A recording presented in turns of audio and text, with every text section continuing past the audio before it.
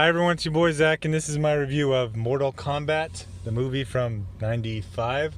It's a little weird because I saw this movie like 6 days ago. Usually when I review a movie, I literally just finished it, or at least that day. But the reason I waited is because I was so into it that I wanted to see another Paul W.S. Anderson movie, and then I saw Alien vs. Predator, and I liked that a lot, and I did a video on that. So anyway, I mentioned this on my other channel, that in the 90s and 2000s, I was so poor that I literally remember every movie I've ever seen in a theater. I can remember what theater, whether it was day or night, and my general reaction coming out of it. And for decades, I remembered having seen Mortal Kombat. But now, looking back, I know that's a false memory because, number one, when I watched it last week, none of it was familiar at all, not a single thing that wasn't in the trailer. And number two, I have no memory of what theater I saw it in, or whether it was day or night. So Mortal Kombat was very similar to Street Fighter in that it was basically adapting a wildly popular but fairly new video game franchise. Both of them had only been around for just a few years and had very little lore, just one or two games each by the time the movie came out. So I saw this one a day or two after rewatching Street Fighter, and I absolutely loved it. I've loved every time I've seen Street Fighter. I love that movie, absolutely. But I always heard that this one was the better one because it was like more serious and more actual martial arts. So I was like, whatever. Because I always get tired of that like geek thing where it's like, you have to like this movie, you have to hate this one. It's like, I'm gonna think what I'm gonna think. And I watched that movie, and literally within minutes of starting watching the movie, I was a little confused because Street Fighter was clearly done by a guy who didn't really know the lore very well, basically shoved a bunch of it into his short-term memory, but didn't necessarily look down upon the Street Fighter franchise. He just wasn't that into it. However, Mortal Kombat is obviously made by someone who really likes the franchise and is, obviously really into it.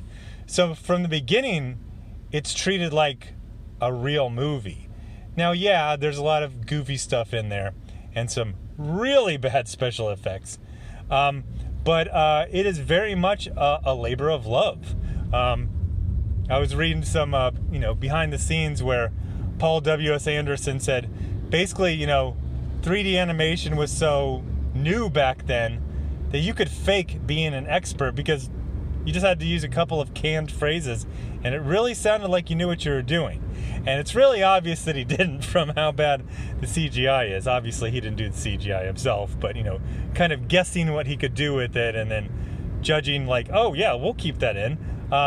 The animatronics specifically, not Goku, the guy with the four arms.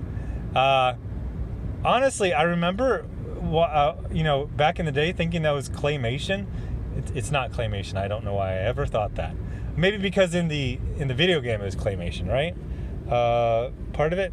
But no, it's a giant animatronic. It does absolutely look like a giant animatronic, but it looks like a cool one, especially for, the movie was probably shot in '94.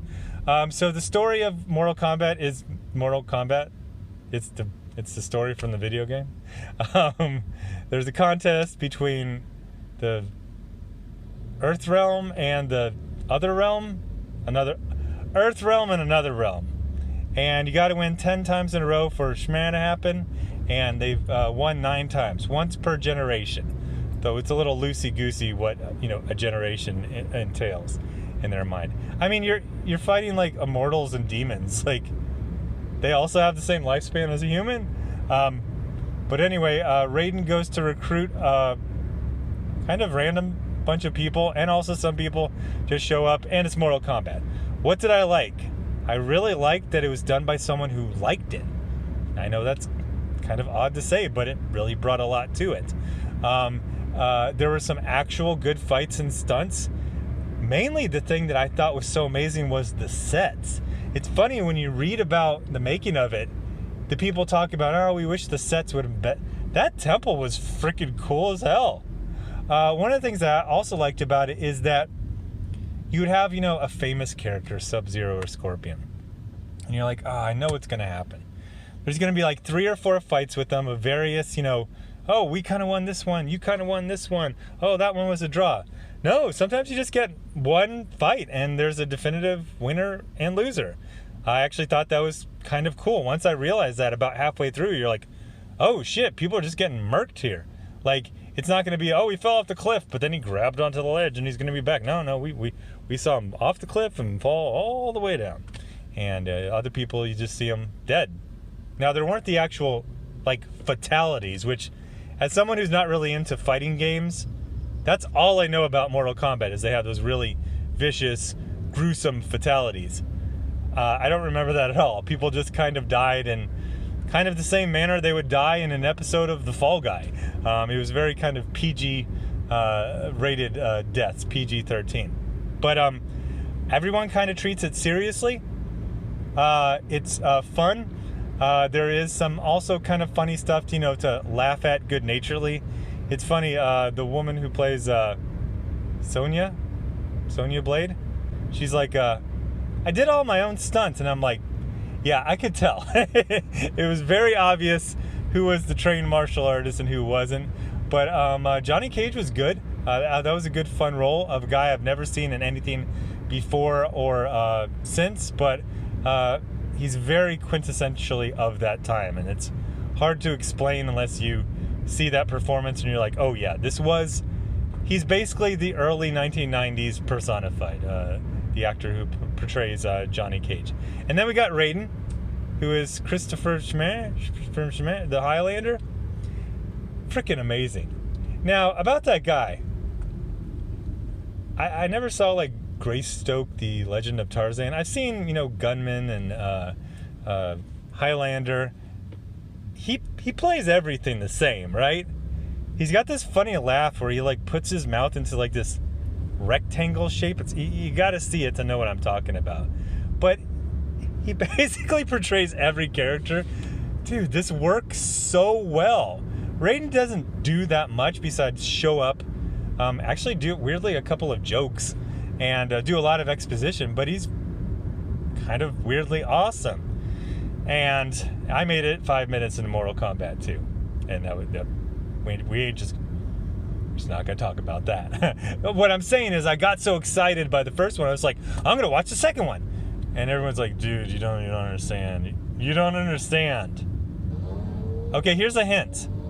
Almost everyone from the first movie refused to come back for the second movie. Let me know if you make it farther than 5 minutes into Mortal Kombat 2. If you do, I'm actually impressed. That's an accomplishment. It finishes off with Shma beating Shma in a very PG, fatality, but it was good. It was satisfying. It was cool. It was fun. I still like Street Fighter more because, like I said, Street Fighter was basically it was like a stealth G.I. Joe movie. It's like the guy was like, I don't really know these guys, but they're kind of like G.I. Joes, sort of. Guile is basically Duke. Yeah, absolutely. Really fun movie. I was going to say I wouldn't hesitate to call it excellent, but obviously you just heard me hesitate, but I thought about it again, and yeah, it was excellent. For what it was excellent. Really, really liked it. Thanks for watching, and let me know what other. I got a whole list. I got 30 movies in my queues on Hulu, Amazon Prime Video, Netflix, and Disney Plus. So I actually don't need any suggestions. Anyway, thanks for watching.